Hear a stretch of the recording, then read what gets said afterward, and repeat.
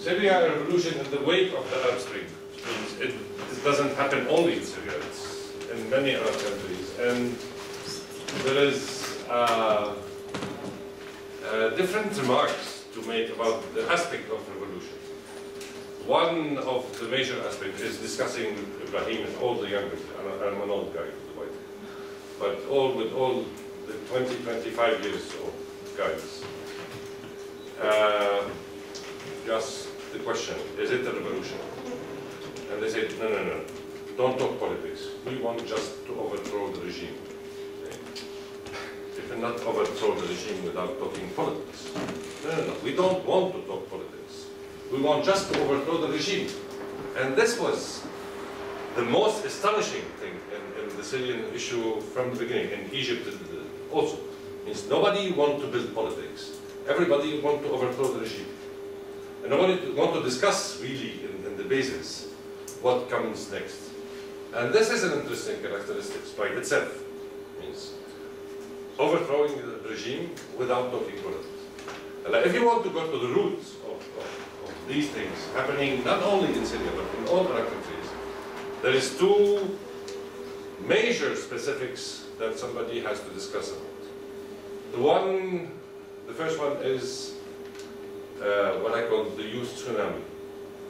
We are in the Arab countries like Europe in May '68. Means after World War II, there was a baby boom. They finished the war, they make children, the Europeans. And all these children, there was enormous demographic growth, came to age of, we are here 20 years, in the middle of 60s. This made the Spring of Prague, this made May '68 in France, and this made the hippies in the US. And when you go and meet the young in Egypt, in Tunisia, and in Syria, we had several conferences, and they asked me what is my impression. I said, it's like going to the Sorbonne in May '68. Everybody wants to overthrow regimes and do things and make revolution. Nobody wants to talk politics. And this is really a characteristic of this youth bubble coming, tsunami. And nothing could happen. And it is very impressive. It is very impressive. We had, forget about Syria, we had a meeting with young Egyptians from the revolution, from the Tahrir Square. And we said, what do you want to build? We need no state, no system. And this is like what you used to hear in Europe with the anarchist movement, Bakunin, etc., in the middle of the 19th century. And that these kind of thinking is coming to the Arab country is very much linked to that. And it is coming. And even if in the small coordination committees that are in Syria, etc., we don't want to build the state. We want, we as a society, to be the state. And this is somehow the main dilemma. Is can you build democracy, can you build a civil society without having the state talking politics? And this will remain on the whole thing. And on the other hand, what this tsunami, and really when you draw the curves of the demographics, it's not only the question of demographic trend, it's also a big migration from countryside to major cities. Means no democratic society, and I said this 4 years ago, can withstand a growth in a city population of 10% per year.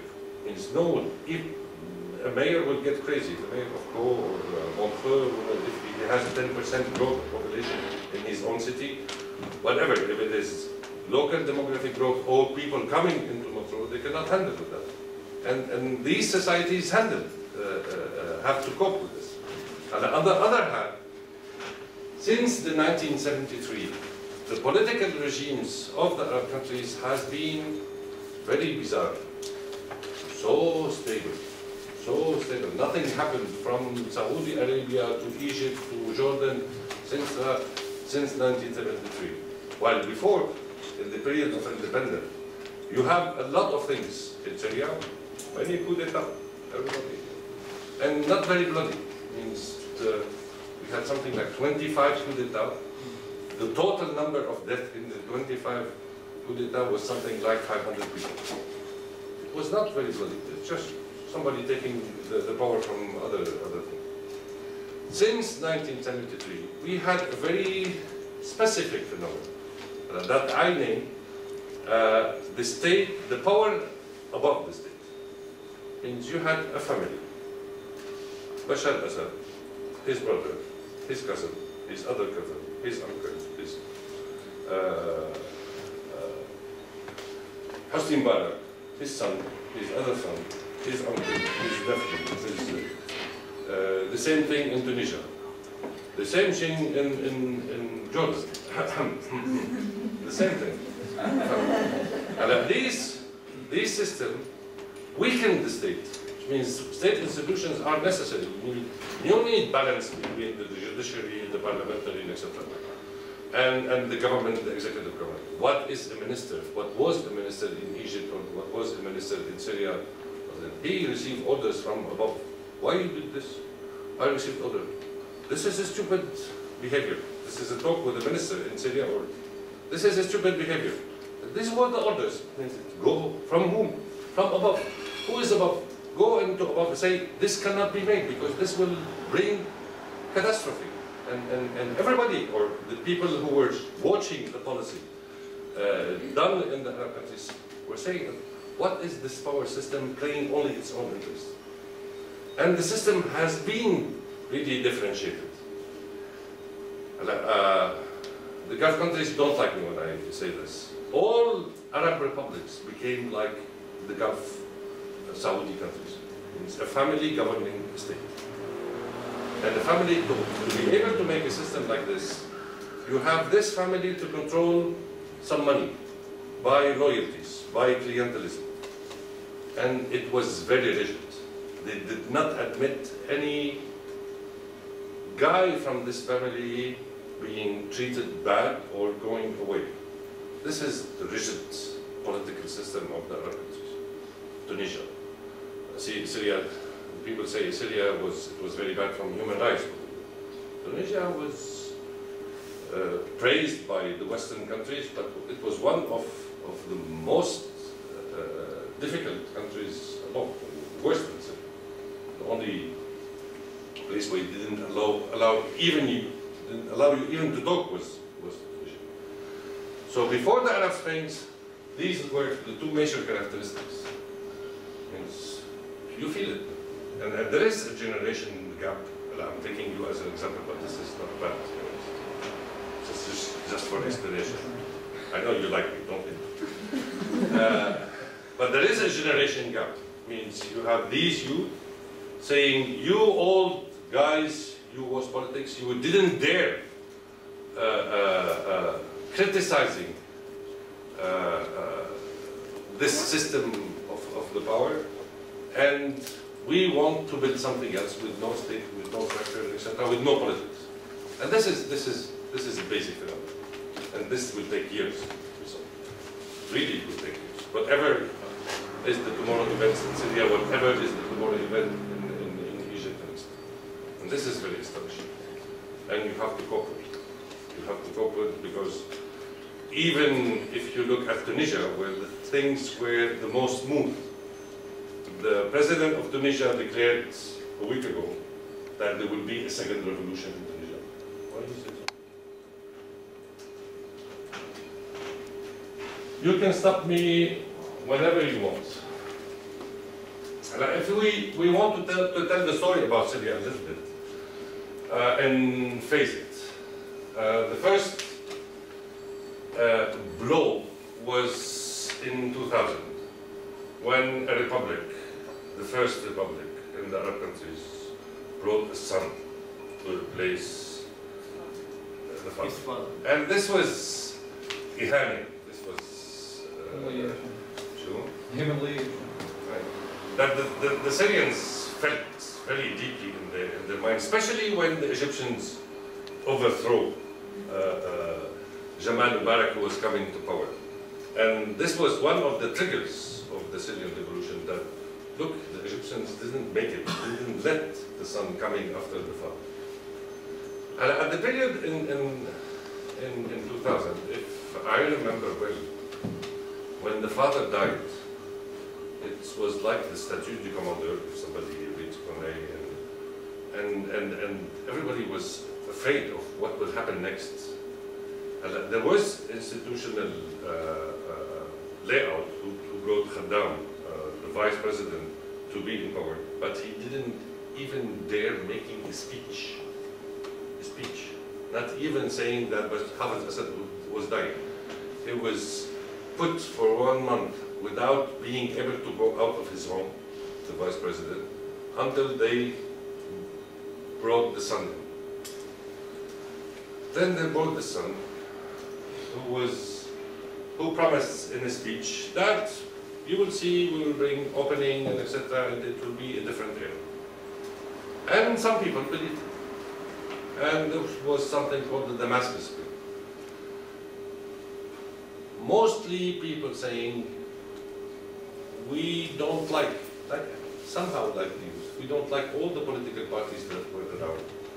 They all failed to cope with the events. We want to create something from the basis, from the civil society, to make all the people discussing about politics and reconstruct politics.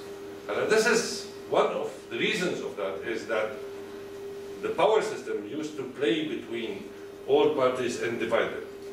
Syria is the only country which has 5 communist parties, depending on the people. It has 2 national Syrian parties. This is quasi-fascist party, but it was divided into a very well-organized one. The Ba'ath, you have 5, whatever. And they played with these divisions to weaken, let's say, political parties as such. And this Damascus Spring was the first phenomena of the Syrian society to express itself in depth. This was the premises of what is happening today. It means people gathered in homes, in coffee shops, and etc., and discuss politics. What didn't happen for something like 30 years. The society took.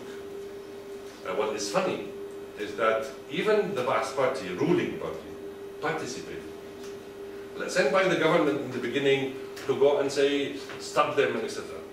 But the problem is, in 2001, there was a conference of the Ba'ath party.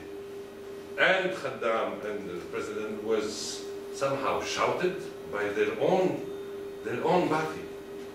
And this was the moment where the regime cracked down on a movement it has created. Means it spread even if in the mind of its own people. This was dangerous. They forbid everybody from talking politics. They closed all the clubs. There was hundreds of clubs all around, and most of the people like Syrian Aita were famous at this moment. Syrian Aita is nothing. Syrian Aita was just the daughter of her father.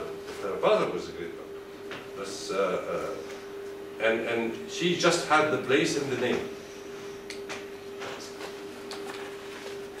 Then there was a discussion about politics, and people was upset of this crackdown. And said, we want political reforms. We don't want regime change. Just political reforms and leave us talking.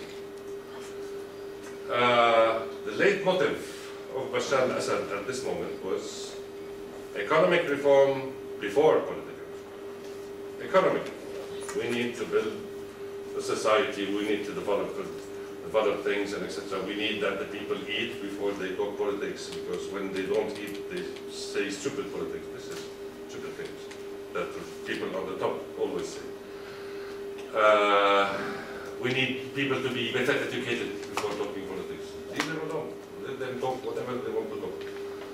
And I said that. And in fact, in 2003, they introduced some stupid concept, social market economy, taken from the German here, which was taken out of its context. And the basis was the following.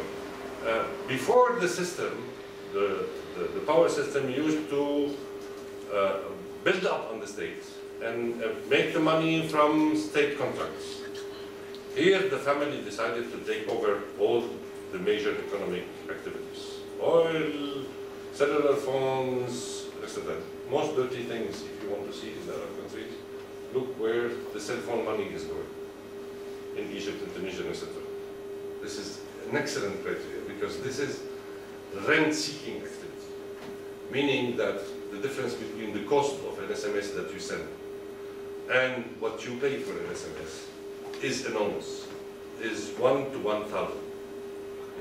Even when you pay 1 cent for an SMS, the basic cost that makes the company is 1 to 1,000 to 1 cent. So they make a lot of money with the millions of SMS.